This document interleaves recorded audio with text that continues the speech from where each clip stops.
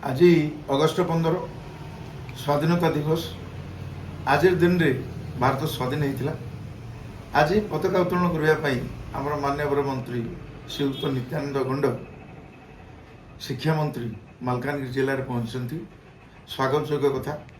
किंतु या आगु आम घोषणा करूँ जे जदि सम्मानीय मंत्री गंड आसती ताहले कांग्रेस दल पर विरोध करा विरोध कराई था।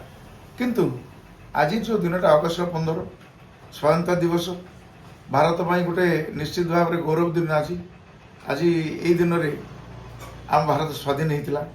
से दृष्टि आज आम चिंता कलु जे कौन जिले में कौन गोटे विशृंखला न करने ता सहित आपण मैंने जानी जे जो कार्यकलाप कर सम्मानीय गंड से निश्चित भाव में से निजे इस्तीफा दवा कथा।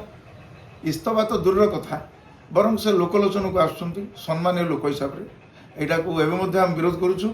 जदिव आम विरोध प्रदर्शन करूँ ना कांग्रेस दल विरोध करुच्छ।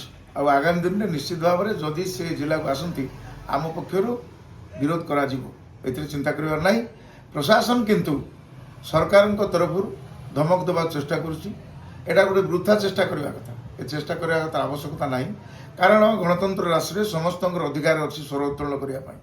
जदि स्वर उत्तोलन करने मना करा जाए कंठरुद्ध जदि कराए निश्चित भाव में तार प्रतिरोध आम कर आज ये जो अगस्ट 15 रे पताका उत्तोलन है सम्मानीय कलेक्टर थिले सम्मानीय एसपी थिले अन्य माने मान्यगण्य व्यक्ति थिले जहाँ हूँ सुरुखुरु आज आमर ये जो कार्यक्रम है आम संपूर्ण सहमत थिलु।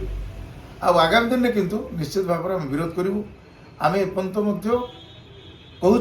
तो शिक्षा मंत्री कौन अधिकार ना जे से शिक्षा मंत्री पदवी रहा कौन अधिकार ना। ये बर्तमान सुधा आम कांग्रेस दल तरफ कहूँ।